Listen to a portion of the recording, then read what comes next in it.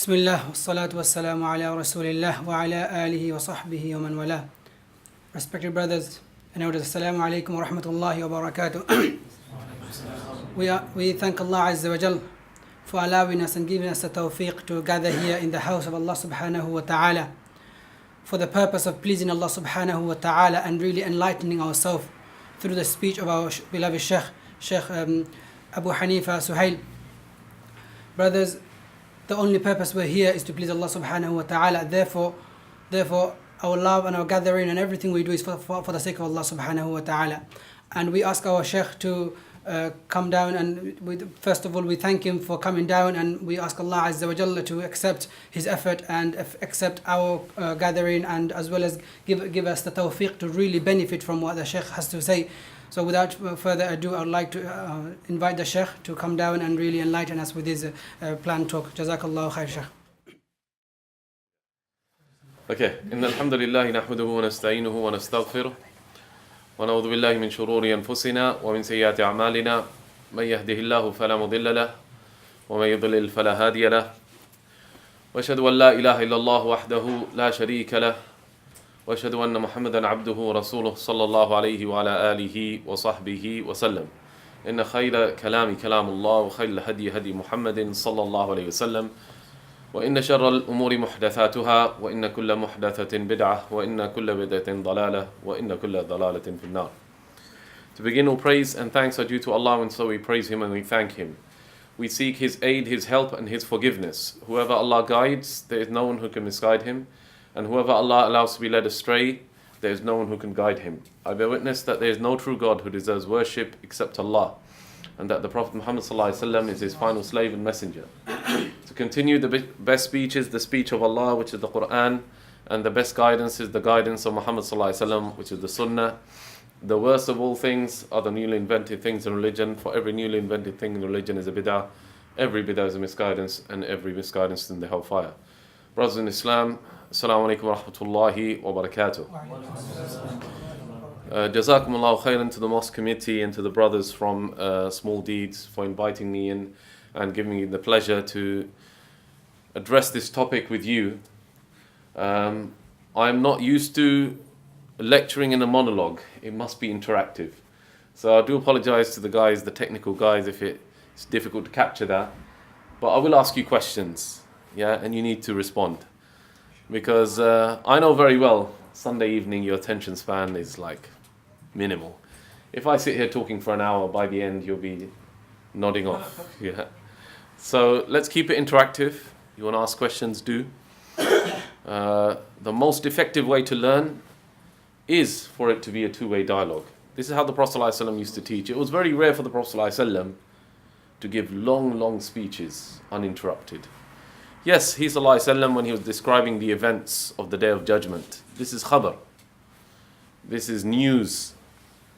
The Prophet ﷺ would lead the Fajr Salah, then start speaking about all the things that will happen until the Day of Judgment. Then he would stop for Dhuhr and then continue. So these were very rare occasions when the Prophet ﷺ would monologue, just speak one way. But most of the time, when you read the Sunnah of the Prophet ﷺ, he is asking a question, the companions are responding, he is then clarifying, or they are in some practical real life situation. This is how learning is done. Okay? Now the topic, may Allah reward the brothers who organized this, is regarding Masjid al-Aqsa. And specifically the virtues of Masjid al-Aqsa, and we will throw some light on what are orthodox Jewish beliefs regarding this sacred site. Number one, we are ignorant regarding our religion itself and the high status given to Masjid al-Aqsa in our religion. And number two, we're even more ignorant regarding Orthodox Judaism and their beliefs regarding this site. You see, because the Haram, we go, alhamdulillah, we go for Umrah, we go for Hajj. So we know the Haram, we know the Kaaba, we know Safa, we know Marwa, we know Hajr al-Aswad. It's something alive within our culture, within our families, something we've seen with our own eyes, we've been there, we touched it, we felt it. But Masjid al-Aqsa, it's not that many people go there. So as a result, its memory begins to die out. But there could not be more emphasis in Islam in this sacred site, on this sacred site. Before we actually speak about some of the ayat and the ahadith regarding Masjid al-Aqsa, and then proceed to speak about Orthodox Judaism and their beliefs regarding this sacred site, we have to ask the question, does everybody know what Masjid al-Aqsa is? Because there's different terms which are used. There is Masjid al-Aqsa. What other terms are used to describe this place? Yes? Bayt al-Maqdis. Anything else? Al-Aqsa. Al-Aqsa. Al-Quds. In the news they talk about Temple Mount. Third holiest site. Yeah, third holiest site. So there's a lot of different terms which are not exactly the same. So Al-Quds refers to the whole city, Jerusalem. Al-Quds. Bayt al-Maqdis is effectively that sacred site. This sacred site is around 35 hectares, and it's in the old city of Jerusalem on the top of a hill, basically. So it's in the old city of Jerusalem on top of a hill, and it's around 35 hectares, quite a big site. It is known as Al-Aqsa or Masjid al-Aqsa. The slightly confusing bit is that that site, which is on top of the hill in the old city of Jerusalem, it has a masjid in it which is called Masjid al-Aqsa as well. So there is a Masjid al-Aqsa which is literally a masjid within that site, and then the whole compound itself, the whole area on top of that hill is also known as Masjid al-Aqsa. There is another important monument in that site. What is that? Dome of the Rock. Yeah, Dome of the Rock. This is the oldest extant Islamic monument in the world, surviving Islamic monument in the world. Built something like 700-800 years ago. Okay? And we'll speak about what the significance of the Dome of the Rock is as well. So first thing people get confused about is, what exactly are we speaking about? We are speaking about the sacred site, which is on top of a hill, which is in the old city of Jerusalem, which has various names like Masjid al-Aqsa or Al-Aqsa or Bayt al-Maqdis. And this is the, don't say the third most sacred site in Islam. It sounds as if, oh, you already got one or two. This is what Jewish people say. You already have Makkah, you have Medina, just leave us alone with this. It's not the third most sacred site. It is one of three sacred sites in Islam. One of the three sacred sites in Islam. Talk about it this way. One of the three sacred sites in Islam. Makkah, Medina, Al-Aqsa. Okay, with regards to virtues, it could not be clearer. Abdullah ibn Mas'ud, radiyallahu anhu, he said, Suratul Isra, the 17th chapter of the Quran, Suratul Kahf, the 18th chapter, Suratul Maryam, the 19th chapter, Surah Taha, the 20th chapter, Surah Al-Anbiya, the 21st chapter. These are the earliest revelations and they are my treasures. This is Abdullah ibn Mas'ud. He is one of the scholars of the Quran. He described these 5 surahs as the earliest revelations and they are his treasures. Abdullah ibn Mas'ud is one of the scholars of the companions and the scholars of the Quran. So when he emphasizes these 5 surahs and when he says that they are from the earliest revelations, that means these surahs contain the basic building blocks of Iman. The basic fundamentals on which the companions were built. That Iman, that character was built on these surahs. And how does Suratul Isra begin? Subhanalladhi asra bi'abdihi laylan min al-masjid al-harami ila al-masjid al-aqsa alladhi barakna hawlahu linuriyahu min ayatina innahu huwa as-sami'ul basir.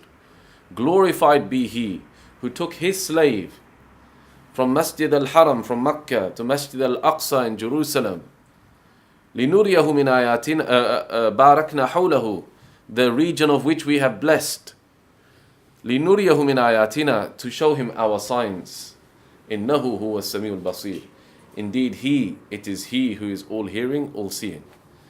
Allah subhanahu wa ta'ala established the importance of Masjid al-Aqsa in one of the earliest surahs to be revealed. In the opening verse, it is from the fundamentals of Iman. This is not some political movement.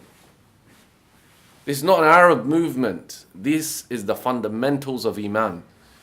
To hold on to the importance of Masjid al-Aqsa to Islam. This is the first Qibla in Islam. The Prophet ﷺ was praying towards this masjid before he was praying towards the Kaaba, subhanallah. It is the first Qibla of Islam. Abu Darda, he asked the Prophet ﷺ, what was the first masjid to be built? And the Prophet ﷺ said what? What did the Prophet ﷺ say? Al-Kaaba. And the Prophet Abu Darda asked, what was next? And what did the Prophet ﷺ say? Masjid al-Aqsa. And Abu Darda asked, what was the time between the two? 40 years. Prophet ﷺ said 40 years. In another hadith, the Prophet ﷺ said the reward of praying in the haram is 100,000 prayers. The reward for praying in my masjid, meaning Masjid al-Nabawi, is 1,000 prayers. And the reward for praying in Masjid al-Aqsa is 500 prayers. So we don't say the third most important site in Islam, because it sounds as if we can do without it then, if it's only the third. We say one of three. One of the three sacred sites of Islam. The Prophet ﷺ said, when the companions asked, and actually one of the wives of the Prophet ﷺ asked regarding Masjid al-Aqsa, the Prophet ﷺ said, you should go and visit and pray there. And she asked, what if we cannot do that? The Prophet ﷺ said, send some oil to be used in its lamps. Subhanallah. Send some oil to be used in its lamps. Our connection with Masjid al-Aqsa must be so strong that even if we can't go there, we should be donating for its upkeep, to keep it going, for its maintenance, whatever we can. And in the recent troubles in July 2017, that's exactly what the Imam of the Masjid said. A call to all Muslims to go and pray in Masjid al-Aqsa. And there are some organizations, literally every other month, they go there, just to keep it alive, that spirit and our connection with Masjid al-Aqsa. So that's a brief introduction into the virtues of Masjid al-Aqsa. And of course, the Prophet ﷺ himself not only speech, not only words, but through action showed the importance of Masjid al-Aqsa in Al-Isra wal-Mi'raj. The Prophet ﷺ travelled himself in body in the miraculous night journey, the most spectacular journey in the whole of the seerah of the Prophet ﷺ. Jibreel came to the Prophet ﷺ. He cut open his heart, cleaned it, washed it in Zamzam water in a golden vessel. Then took the Prophet ﷺ with an animal which is unique, known as al-Buraq, which is like a cross between a mule and a donkey with wings. And the Prophet ﷺ in one night went at the speed of light from Mecca to Jerusalem, flying through the horizon. And there took place the greatest congregational salah ever to be performed, a salah which will never ever be performed again, subhanallah. The Prophet ﷺ led prayer in Masjid al-Aqsa, and behind him was every prophet and every messenger ever to be sent to humanity, subhanallah. Hundreds of thousands, more than 120,000 prophets ever sent to human beings. They were all brought back to life from their graves, in their body, to stand behind the Prophet Muhammad ﷺ. And the Prophet ﷺ led the salah, subhanallah. Who do you imagine may have been in the first row? Ibrahim alayhi salam, Musa alayhi salam, Isa alayhi salam, Nuh alayhi salam. What if we could be just one salah? Maybe just even at the back. No, this is not honor for us. This is honor only for the Anbiya. And this shows all of the prophets recognize the Prophet Muhammad ﷺ as their leader, as their imam. And it also shows that our religion is the religion of all the prophets. They all prayed, they all bowed, they all made sajda. There was no need for a class. Right, guys, we're going to pray now, and this is how you pray salah. I know you're not used to it. No, they all prayed. They all understood how to pray. Our religion of Islam, it's not a religion which started with the Prophet Muhammad sallallahu alaihi wasallam. This Sharia, this code of law started with the Prophet sallallahu alaihi wasallam. But the fundamentals of Islam date right back to Adam alayhi salam. So the Prophet sallallahu alaihi wasallam physically, in body, showed us the importance of this place. And that journey, the Prophet ﷺ is not just praying, just visiting the masjid. He is laying claim to that place. He is saying this place belongs to the Muslims, by himself going there and leading salah with all the prophets. Let me ask you a question. Who owns Masjid al-Aqsa, that region? Who owns it?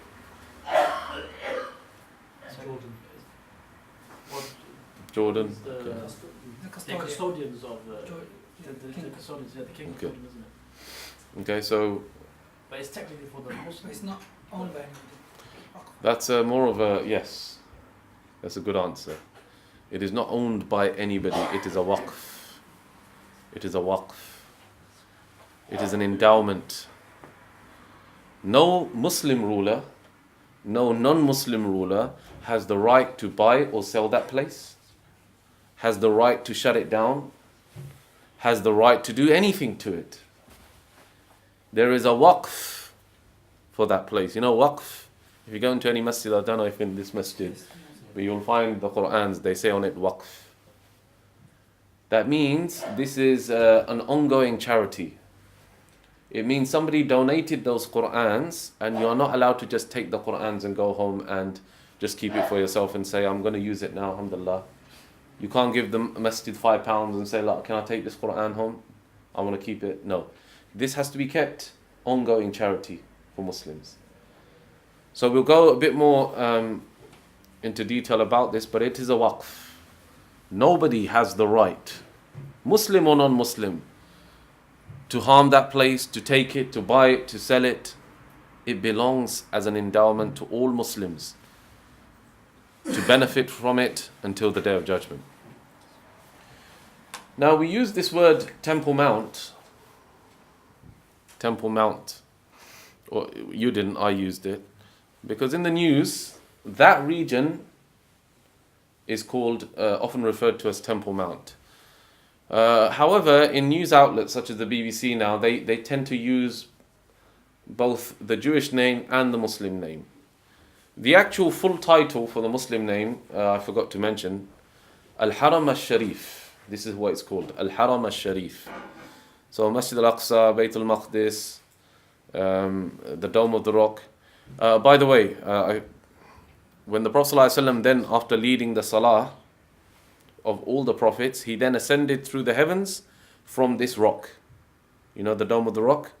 So this is where the Khalif built the Golden Dome. Inside it is a rock, a huge rock. And this is where, according to some hadith, the Prophet ﷺ stood and he then ascended through the heavens. Also, this is according to some narrations, it's difficult to confirm 100%, but according to some narrations, this is where the bugle will be blown to signify the Day of Judgment.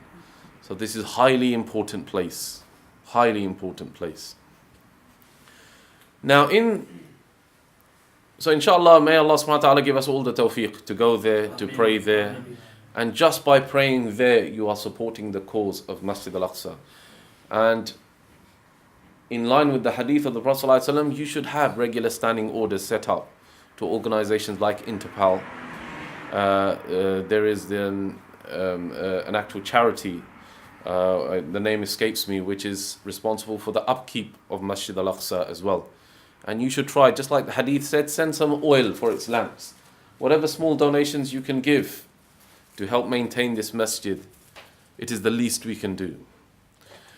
So what is this name Temple Mount? And let's explore a bit more about Orthodox Jewish beliefs regarding this region. Temple Mount they call it mount because it's literally on a hill. Yeah, like I said, it's in the old city of Jerusalem on a hill. Where does this word temple come from? Why do they call it temple? It's the Temple of Solomon was built. Yes. This is key to understanding. In Orthodox Jewish scripture, their most holiest site, their most sacred site, is the Temple of Sulaiman, which they say was built by the Prophet Sulaiman. Where do they say it is? Where do they say the Temple of Sulaiman is? What do you think?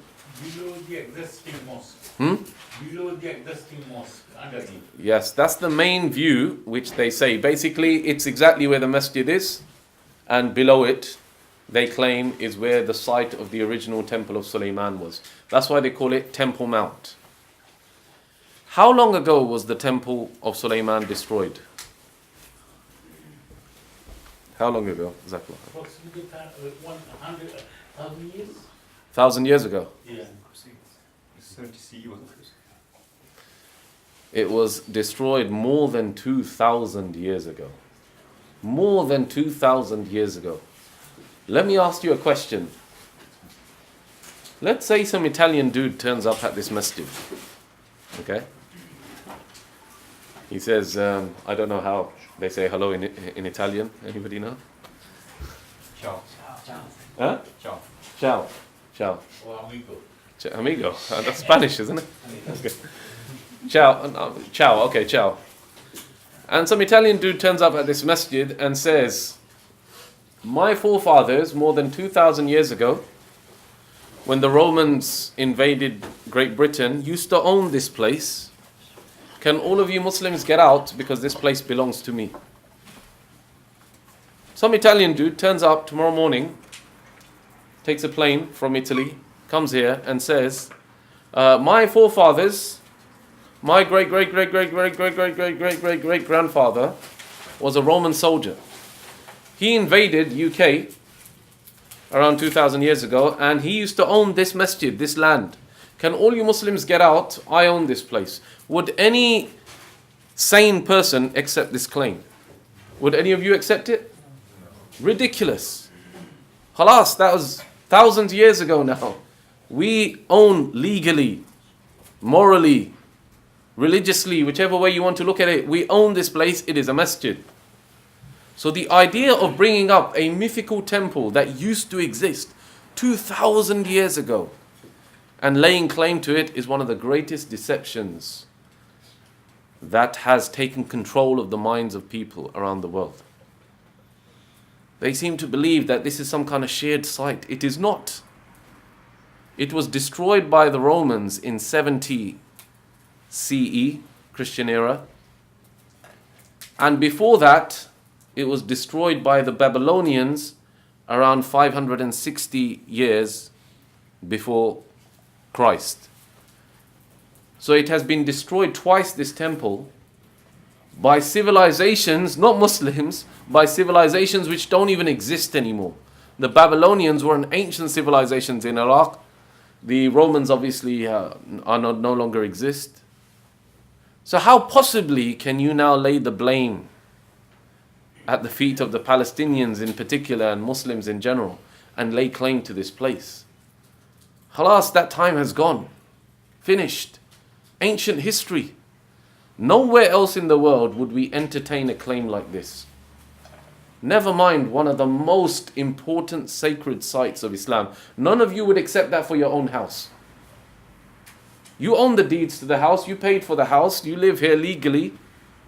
Nobody can now come to you and say, my ancestors 2,000 years ago used to live here, or 2,500 years ago. I mean, that's a joke. Yet it is entertained due to the power of the media and the power of the propaganda around this place. So around 560 odd years BC, there is a report of a sacred temple that was built. Thousands of years ago, more than that, in the time of Sulaiman alayhi salam, there is a report of a temple that was built. And that is known as the Temple of Sulaiman. Now, this is the most sacred site in Judaism. This was a site where they used to perform rituals and sacrifices. It was the most sacred and holy site in Islam. But so they say. So they say. Does anybody know what Judo-Christian beliefs regarding the Prophet Sulaiman are? What do they actually believe regarding Prophet Sulaiman alayhi salam? They believe he was a sinner. They believe he was a very corrupt person. Astaghfirullah. Not just a sinner, a very corrupt person. They believe he was a magician. Yeah, that's it. That's why till this day you can buy books which are attributed to Sulaiman alayhi salam, talking about spells, how to trap a woman into falling in love with you. They believe he had hundreds of wives, who many of them were pagans, idol worshippers, and that he built temples, not this temple, but other temples, to please these pagan wives. They believe he's a person who abused his power. So if we're going to go down this road of talking about the temple of Sulaiman, let's talk about Sulaiman then, alayhi salam. Because it is in Islam that he is given the utmost respect. A person of wisdom, a person who was sincere to Allah subhanahu wa ta'ala, the greatest king ever to live. A person who was given power over creation like no other human being ever was. And a person who used his vast resources to uphold the tawheed of Allah. As Allah mentioned in Surah Al-Baqarah, وَمَا كَفَرَ سُلَيْمَانَ وَلَكِنَّ الشَّيَاطِينَ كَفَرُوا. Sulaiman did not commit kufr, meaning magic. It was the shayateen, the devils, that committed magic. We don't have time now to talk about Sulaiman alayhi salam, but there is a long story of how he stamped down on black magic. And it's quite a complicated, difficult story to follow. But he is actually the one who clamped down on magic. And it was those people around him at the time who were desperate for that knowledge of magic. And when he died, they brought that knowledge back. And they claimed it was from Sulaiman alayhi salam. So if we're going to go down that road of talking about the temple of Sulaiman, let's talk about Islam and how it gives Sulaiman alayhi salam respect and honor, and how it completely absolves him of this accusation that he was a magician and he was a person who was using his power corruptly, and that he was a person who used to promote idolatry. No. But this temple, this place of worship, this place of ritual was built thousands of years ago. It was destroyed by the Babylonians in around 560 something BC, before Christ. So we're talking now like 2,500 years ago. It was rebuilt by the King Harold. And again, it was destroyed by the Romans in 70 CE. Now, the Bible talks about the destruction of the temple of Sulaiman because Isa alayhi salam is reported, Allahu A'lam, we cannot confirm it or we cannot deny it. But Isa alayhi salam, when he was leaving Jerusalem, he pointed to the temple and he prophesied that it will be completely destroyed. Every stone shall be destroyed. And that's exactly what happened. It was completely annihilated. And for hundreds of years, there was no temple of Sulaiman. There was no stone left standing. And nobody even knew where the temple of Sulaiman alayhi salam is. Nobody knew. All Jews were driven out of Jerusalem by the Romans. Their knowledge of where the temple of Sulaiman was completely lost.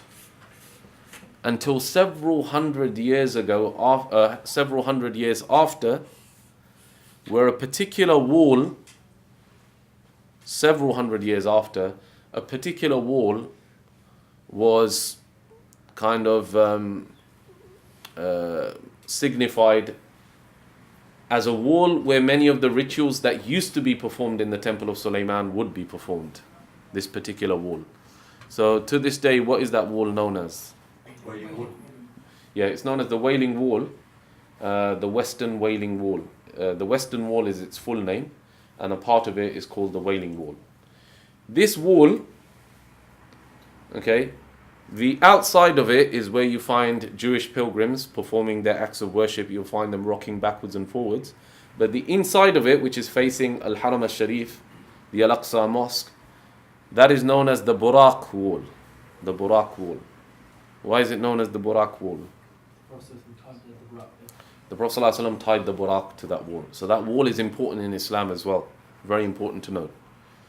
But why am I saying this? The point is, for hundreds of years, nobody knew even where the temple was. The knowledge of it was completely lost.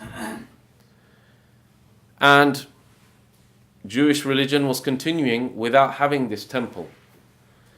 But it was only actually in the last 400 to 500 years, in the 16th century, where this particular wall took on a significance and a sacredness, and it became a place of pilgrimage. And this particular wall became a place where some of the rituals were to be performed, which used to be performed in this temple. So when people say the Temple of Sulaiman used to be at where Masjid al-Aqsa is, how strong do you think this claim is? Is it possible to confirm it 100%? What do you think? Based on what I've just told you of the history, based on the fact it was destroyed 2,000 years ago, based on the fact that Jewish people were completely expelled from Jerusalem, and based on the fact that hundreds of years passed without anybody knowing where exactly the temple is, and based on the fact that it was only in the 16th century that a particular wall was described as the Western Wall and the last remaining wall of the Temple of Sulaiman, how strong do you think this claim is? Not very strong. Not very strong at all. Not possible to confirm one way or another. I'm not saying it is, and I'm not saying it isn't. I'm saying I don't know. And I'm saying Jewish people don't know either. It's not possible to confirm. In fact, there are some biblical scholars, some Christian scholars, who according to their sources in the Bible say, most likely the Temple of Sulaiman is not where this place is, Masjid al-Aqsa. They describe a place 300 kilometers south in the city of David, according to their kind of calculations and their biblical sources. Allahu A'lam, we can't say for sure. There is a lot of kind of ambiguity, confusion. It's so long ago. And records are so kind of scanty. You can't find concrete evidence. Even if you could find it, khalas, that's history. That's ancient history. The Prophet Muhammad came. Islam came, the final religion. And this was established as a sacred Islamic site. So end of story. But if we're going to go down that road, let's be clear that you people, Jewish people, Christian people, know full well that it's not possible to 100% confirm that this is where the Temple of Sulaiman was. There has been a lot of excavation and digging to try and find archaeological evidence to prove that this is where the Temple of Sulaiman was. So you'll know famous examples where there's been digging underneath, and even when Muslims have done some renovation work and they've taken soil and removed it, various archaeologists who work for the Israeli authorities have tried to find maybe some evidence that could link this site to the Temple of Sulaiman. Do you think they found evidence? No. Let me tell you what they did find. Let me tell you the two most important pieces of evidence that they did find. So the first is a tiny thumb-sized ivory pomegranate. So something around the size of your thumb. Made of ivory, which was discovered in 1979. And it had an ancient Hebrew inscription and was originally believed to have adorned a scepter used by the high priest in the temple. You know, when they're holding this kind of, you know, I don't know, staff type thing, and there's like a round bit on the top. Yeah, they believe they found that from the Temple of Sulaiman. The size of a thumb, the size of a thumb. And in that there was an ancient Hebrew inscription, and they said, see, this used to belong to the high priest of the Temple of Sulaiman. It was found under the soil of your masjid. This is the place. where the Temple of Sulaiman was. Do you think that's very strong evidence? That's bad forensics. Bad forensics, okay. It's not exactly earth-shattering evidence, is it? It's something the size of a thumb. But it was housed in the Israel Museum collection. But in 2004, the Israel Antiquities Authority reported the inscription to be a forgery. And it was taken out of the museum. You have to give them credit. At least they, at least they investigated it. Yeah, at least there are some people who have some professional integrity. So this was the most famous piece of evidence, and in 2004 it was declared a forgery. It was taken out. Okay, but all hope was not lost.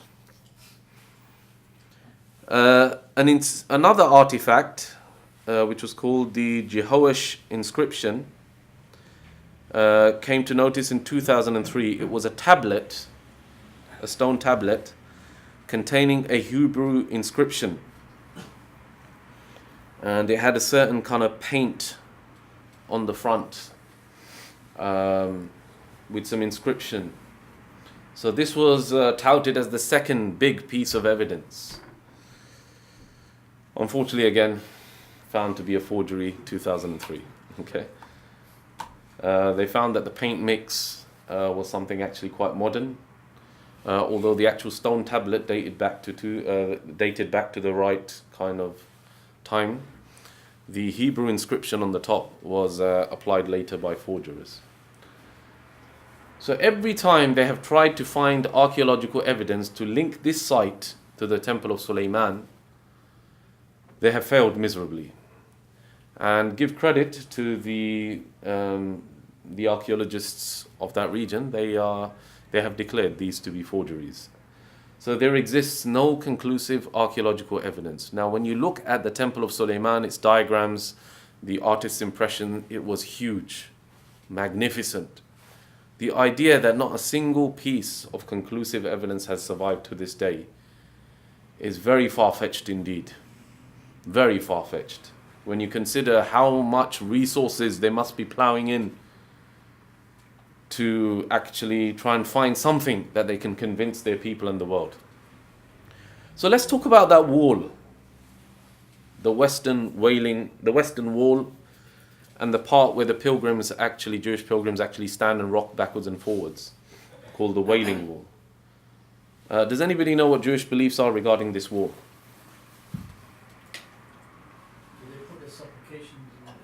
Yeah, they put like prayers in the wall, but what do they believe regarding this wall? Anybody know?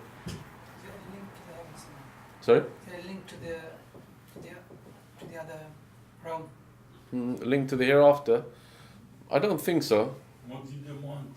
Sorry? What did they want? Sorry, I didn't understand you, uncle. Are you saying the same point, linked to the kind of hereafter? Yeah. No, not really. It's quite obvious. What do they think about a wall, that wall? Oh, it's the western boundary of the old sort of temple. Yeah, they believe it's the western boundary of the Temple of Sulaiman. They believe this is the last surviving wall from the Temple of Sulaiman, and that's why they hold it to be so sacred. Not the entire wall, they believe the foundation stones at the bottom. This is very problematic. Very problematic. We know, according to biblical scholars, that the temple was destroyed completely. Every stone was destroyed. So what, an entire wall left standing? Sounds difficult to believe. And also, if you see the wall, it's in very good condition. But that wall is now more than 2,500 years old. Difficult to believe. Maybe paint like it is. Paint. It's not like just, it is an impressive structure. Huge. Huge. According to some biblical scholars, this is most likely the remains of a Roman fort. Probably nothing to do with the Temple of Sulaiman. Most likely the remains of a Roman fort. You know where they used to house the Roman soldiers? They had the technology the manpower to build these kind of things. Not ancient Jewish people, no. So Allahu Alam, it's not possible. This is the problem. Everything they are believing is something so speculative, so some debatable, maybe, maybe not. And in fact, another view is that this is actually just a retaining wall. Because it's a hill, to prevent the earth like being unstable, you have to build retaining walls to keep the earth back. You know, civil engineers will know what I'm talking about. Many people think this is just a retaining wall. In fact, it was a Muslim Khalif who, out of respect for the Jewish pilgrims who were there, actually made it easy for them, built a kind of corridor for them, like built an alleyway for them, and kind of made it easy for them to use it for pilgrimage. But before him, it was not treated with any major respect anyway. It was only 15th, 16th century that this wall, or 16th century, that this wall took on a significance as a sacred place. And many of the rituals which are done there were never done there. It was actually done in the Temple of Sulaiman. And but because the Temple of Sulaiman doesn't exist, it was brought out, some of those rituals, to this wall. So the more you study, the more you research, the more you realize it's quite a flimsy case to say that Al-Haram al-Sharif is the Temple of Sulaiman. It's a flimsy case. You could argue your point, others would argue against it. And even if you proved 100%, this is ancient history. The Prophet ﷺ came, this became an area where a masjid was built, this became one of 3 most sacred sites in Islam. Khalas, that time has gone now. That is ancient history. More than one prophet has come since then. In fact, hundreds of prophets have come since then. And the Sharia has changed, the laws have changed. So don't take it for granted. Don't be ready to confirm 100% that Al-Haram al-Sharif is the Temple of Sulaiman. It could be, or it might not be. And according to some biblical scholars, it certainly isn't. And the true site of the Temple of Sulaiman is further, 300 kilometers south, in the city of David. So now, why this desire to destroy Al-Haram al-Sharif and to rebuild the Temple of Sulaiman? Why this strong need, this political movement? Money has been plowed into this. In 1980, let me just get my dates right.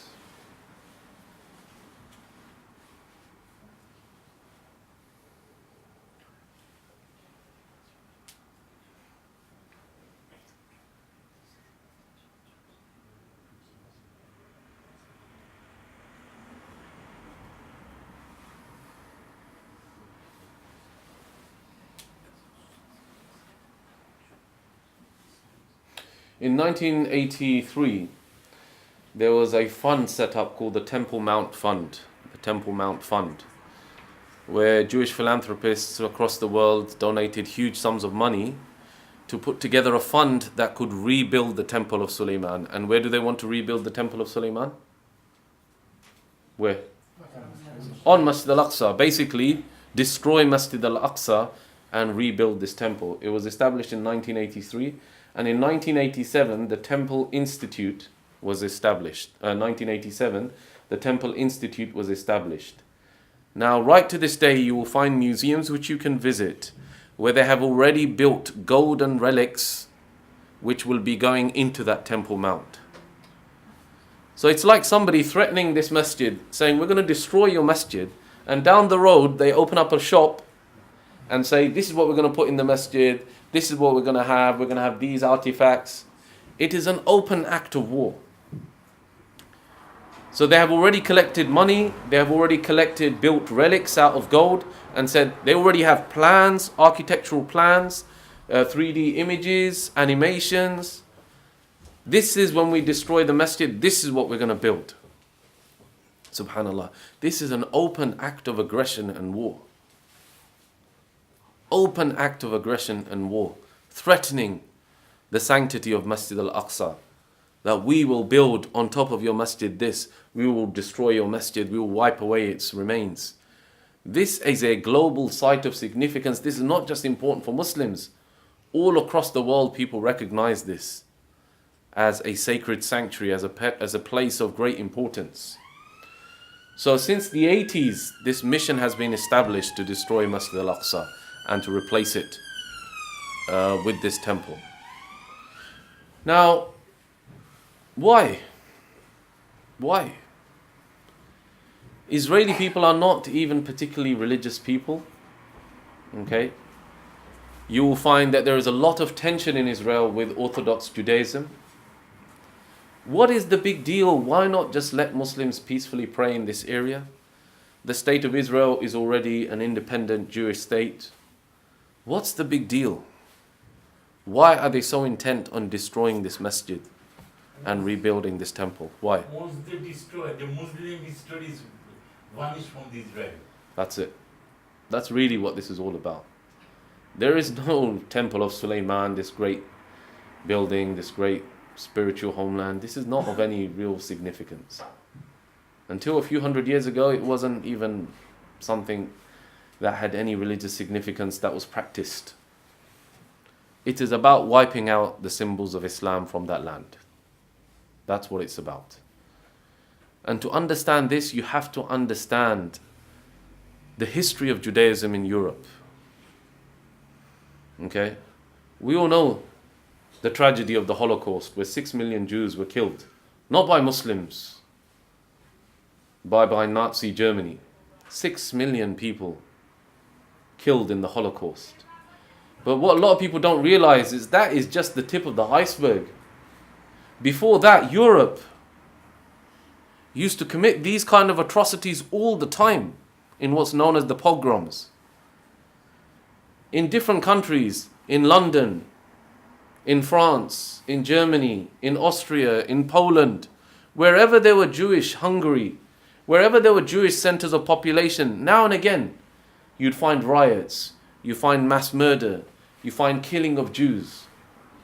So deep in the Jewish psyche is the belief that whenever they live with other people and other religions, eventually those people will turn on them and kill them.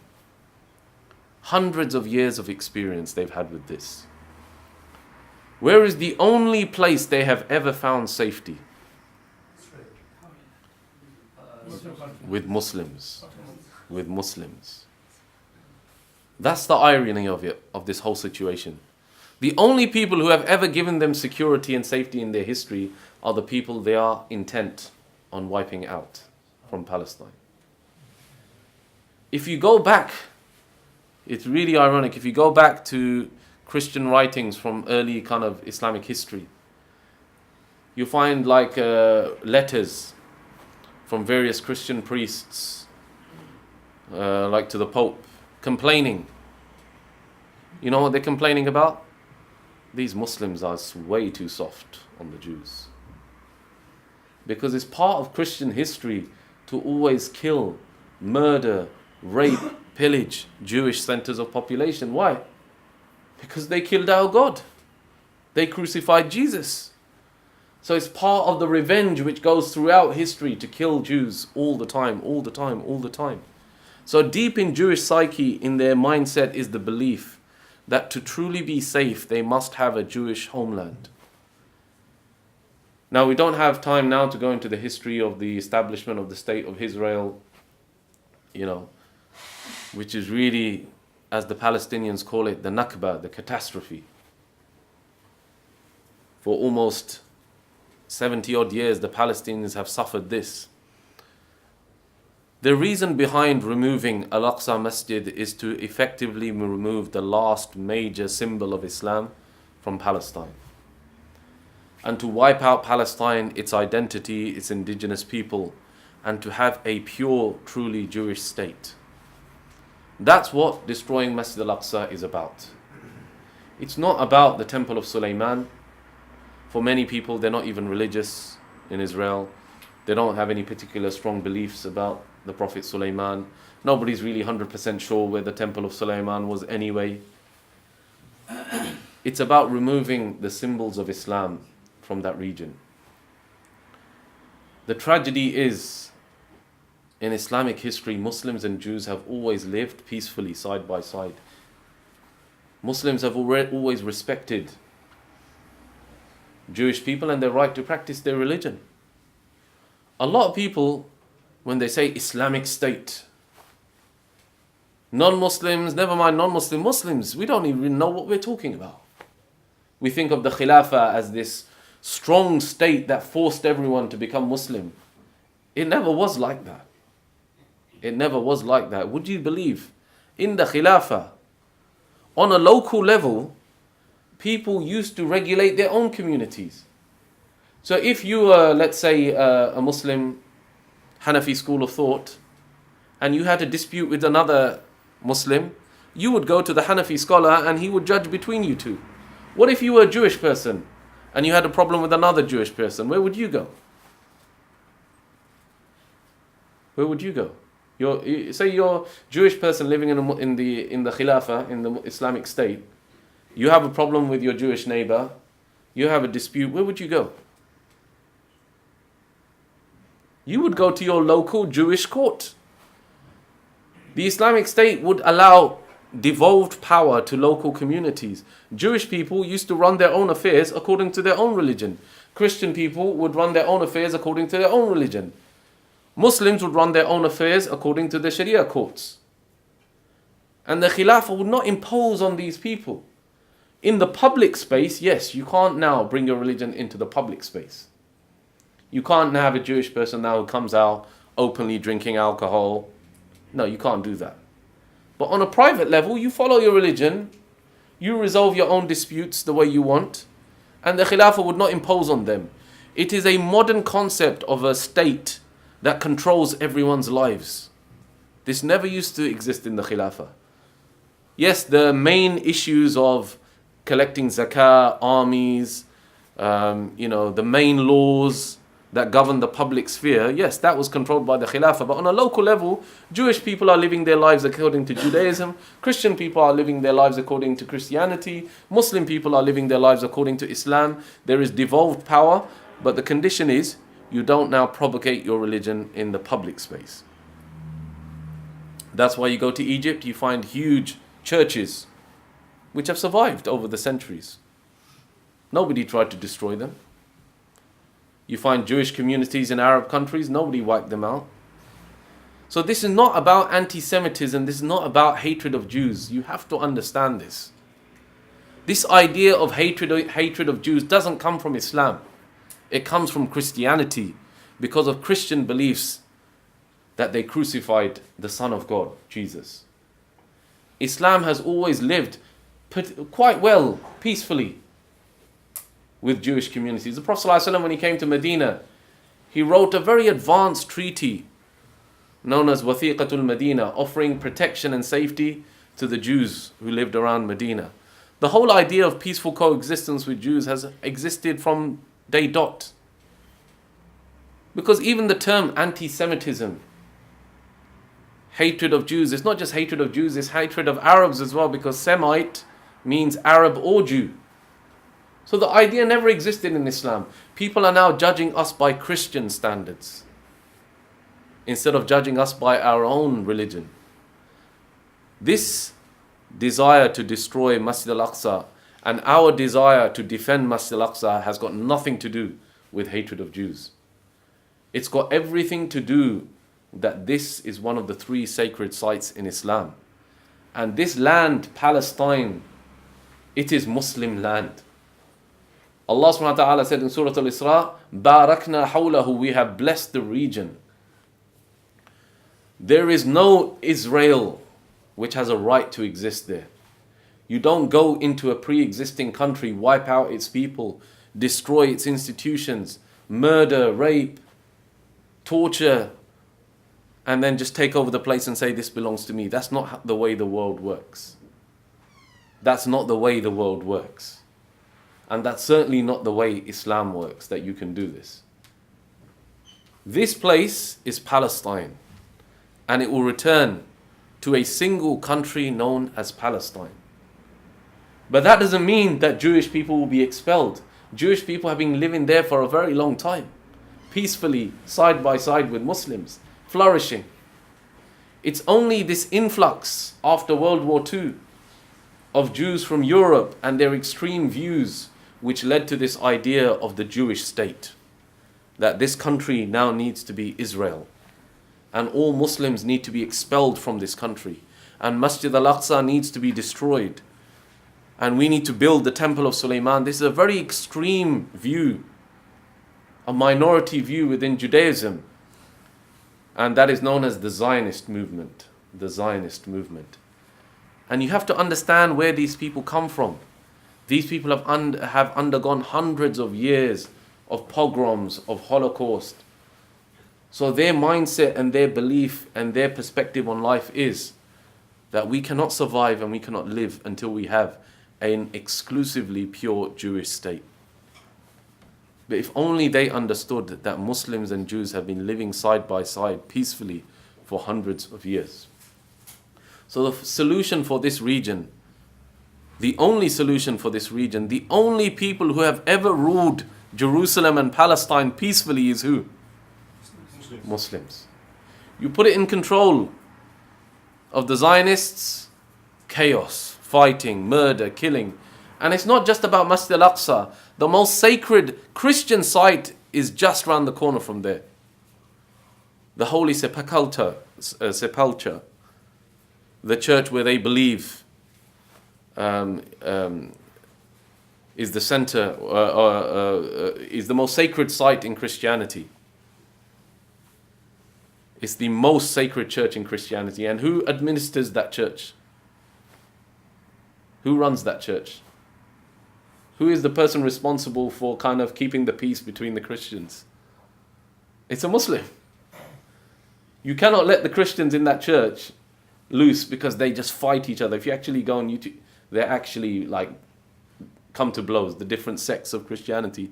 So they actually have to have Muslim guards keep peace between the Christians. This is the most sacred site in Christianity. Once the Zionist movement takes over that region, they will destroy everything. They will destroy Masjid al-Aqsa, they will destroy this church, they will destroy everything. They're not religious people.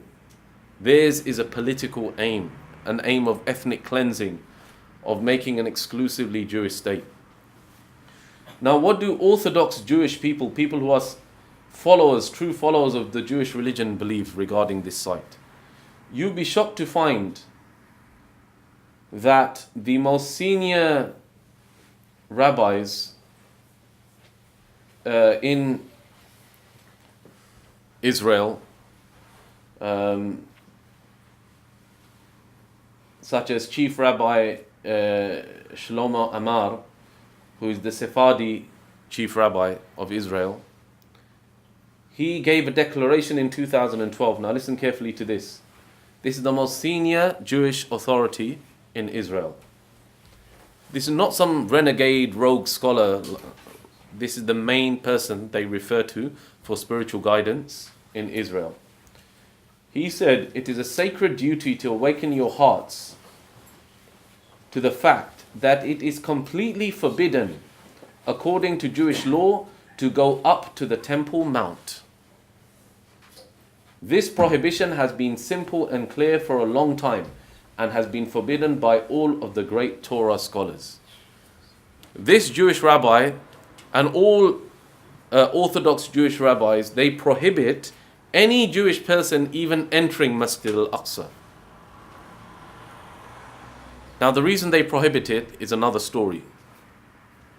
Without going into too much detail, there is a place in the original Temple of Sulaiman known as the Holy of Holies, which only the chief rabbi was allowed to go into. It is the most sacred place for them, and no other person who is impure can step there. So because they don't know where that place is, they do not allow anyone to go into that area, into the Al-Haram Al-Sharif, who is Jewish. So for different reasons, to be honest, not the same reasons as Muslims, but in a sense we all agree, Muslims and Orthodox Jews, that no Jewish person should go into that area. Now in July 2017, As you know, there were some troubles. You must have seen on the news the protests, the desire to put metal detectors in. All of this was a complete smokescreen. The real reason why those troubles flared up is that the IDF, the Israeli Defense Force, stormed Masjid al-Aqsa. They stormed the masjid, even though it is a sacred Islamic sanctuary, even though their Jewish rabbis have said it is prohibited for them to go there. They stormed the masjid. They kicked out the public workers who are the responsible for, it's called the Jerusalem Islamic Waqf, which is funded by the King of Jordan. They kicked them out and they stole the trust deeds for that region, for that Haram al-Sharif, and for many properties in Jerusalem. That was the real reason for this whole kerfuffle, all this protest going on. Now, when you steal the trust deeds for a property, what do you think your intention is? Take possession of it. As you know, it is a very classic Israeli kind of tactic. Well, what's your proof? Who said you own this place? Where's the trust deeds? Yeah, you stole them. Very openly, very clearly. For 3 days, the masjid was under lockdown. They stole a number of important documents relating to the waqf of this place. So this place is under attack. Under attack. And we don't even know what our own religion says about this place. We don't know what Orthodox Judaism says about this place. There are Orthodox Jews now who are on the streets of Israel protesting, who have been arrested. There are Orthodox Jews who have attacked IDF soldiers on the streets, beaten them up. This is how strongly they feel about this. And it's very clear in the newspapers, in the Israeli newspapers, but we don't know about these things. And we are beginning to kind of just suck in the propaganda that, the reason that this is a sacred Jewish place and we have a problem with Jews. No, we don't. We don't have any problem with Jews. Okay, Jews have lived peacefully with Muslims side by side for hundreds of years.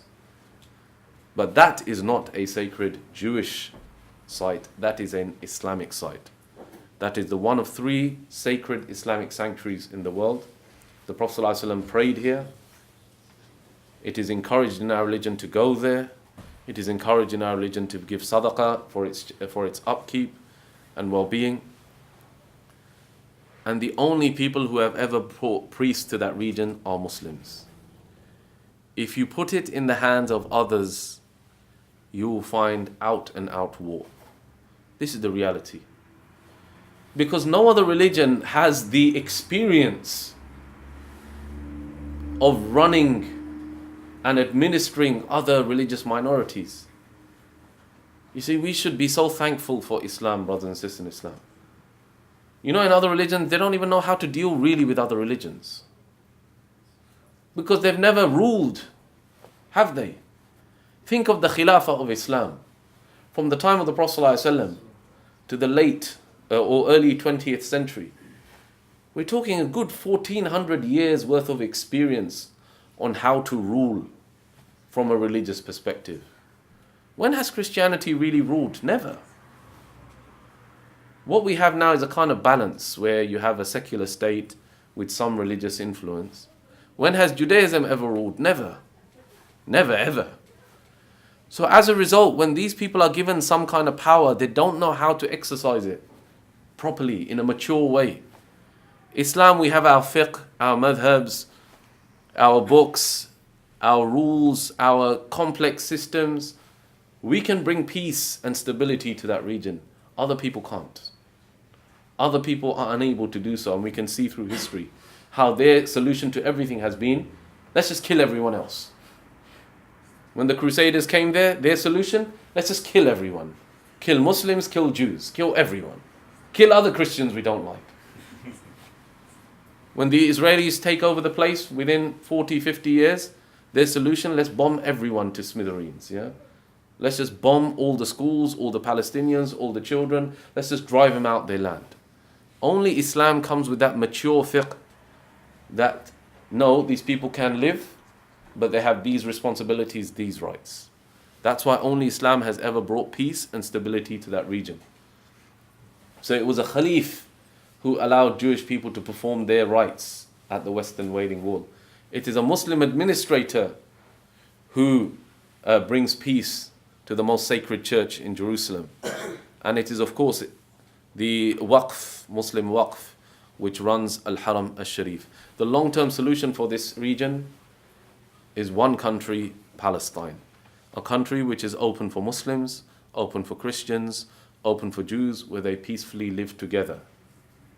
But let's not now go down the road of apartheid, where we say, yes, Israel, and then we'll have West Bank and Gaza Strip for Muslims, living in the largest open-air prison in the world. No, this is not a solution.